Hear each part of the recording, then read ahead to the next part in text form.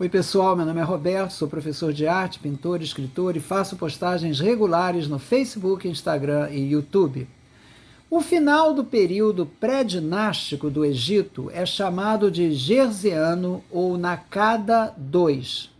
Esse período continua a evolução de culturas anteriores e o influxo de novas tradições, algumas sendo de origem asiática. A evidência arqueológica indica que o comércio se intensificou, não apenas através de barcos, mas inclusive pela terra, possivelmente pelo uso mais comum de burros de carga. O uso do cobre se intensificou com uma tecnologia mais aprimorada, com a fundição do metal e também o uso de vários outros materiais. O Vale do Nilo agora estava em grande parte sendo cultivado. Cidadezinhas começaram a crescer a partir de antigas aldeias e edifícios de barro apresentavam agora boa estrutura e molduras de madeira para portas e janelas. Essas cidadezinhas eram provavelmente onde muitas atividades não agrícolas, como metalurgia e construção de barcos, estavam centralizadas. O apoio para tais especialistas dessas cidades vinha das contribuições dos agricultores locais.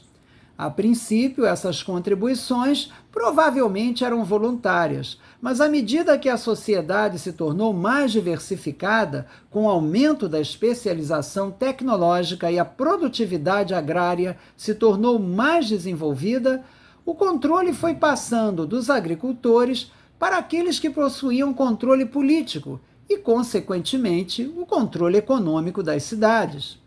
Os agricultores foram aos poucos se tornando mais e mais dependentes dos especialistas das cidadezinhas para a produção de instrumentos e produtos mais elaborados. Gradualmente, as contribuições para a produção de bens comuns foram se transformando em impostos obrigatórios. Começou então o paradoxo que vemos até hoje de uma sociedade que proclama o bem-estar do indivíduo, obrigando ao mesmo tempo o mesmo indivíduo a reduzir a sua liberdade em favor de um mundo de produção material. Seja como for, esse período testemunhou a expansão do comércio, da agricultura e da centralização do Antigo Egito.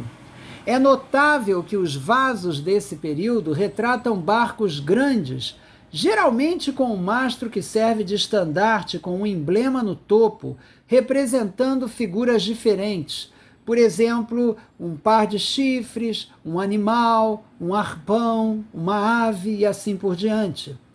Algumas dessas figuras no período histórico foram usadas para representar deuses ou como representando um distrito, como chamamos hoje um nomo, ou seja, um território sob controle de um administrador.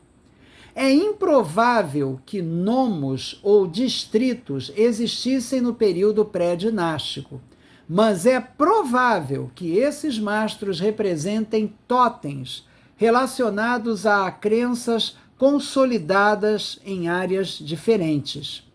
O fato de haver diferentes símbolos nos mastros sugere áreas demarcadas por diferentes crenças e diferentes deuses. Cada área tinha seu centro de comércio e de adoração para os deuses comuns naquela área. Deve, então, ter começado uma classe sacerdotal de tempo parcial apoiada pelos agricultores e especialistas. Foi nesse regionalismo que começou a se forjar a religião egípcia do período histórico. No período histórico, a religião estatal foi reconhecida, mas foram também reconhecidas e mantidas as deidades locais, apesar das contradições entre diferentes formas de adoração. A multiplicidade de deuses, tão característica da religião egípcia tradicional, deve sua origem às variações regionais que já existiam nesse período de consolidação nacional. Provavelmente, já no período pré-dinástico, cada clã Cada grupo tinha um emblema representando um deus ou um conceito religioso cujos poderes eram considerados como ajudando ou sustentando o próprio clã. Provavelmente a representação de animais se relacionava, desde um passado distante, às características supostamente mágicas do animal, por exemplo, na velocidade, na força, que podiam, segundo a crença deles, ser absorvidas e usadas por caçadores. Cada indivíduo tinha seu próprio totem, seu próprio guia espiritual que os vigiava especificamente e que cuidava deles. O rei do Egito, por exemplo, era vigiado por um falcão que representava o deus Horus. Porém, dentro do período histórico, os totens eram uma força divina em favor de uma cidade ou de uma região, mas não tinham o sentido tradicional da palavra totem, ou seja, quando se acredita que pessoas de um grupo descendem de seu totem.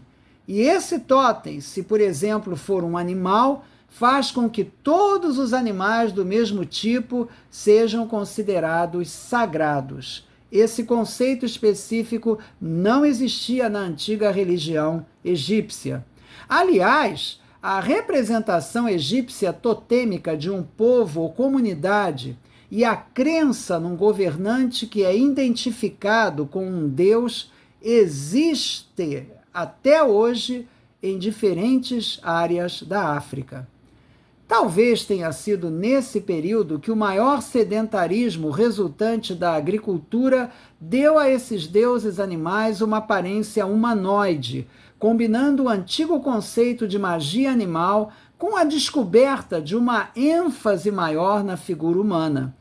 Em resultado, deuses evoluíram para uma forma humana, com cabeça de animal, como, por exemplo, Anubis, o deus chacal responsável pelo embalsamamento que vemos na imagem, ou Sekhmet, a deusa com cabeça de leoa.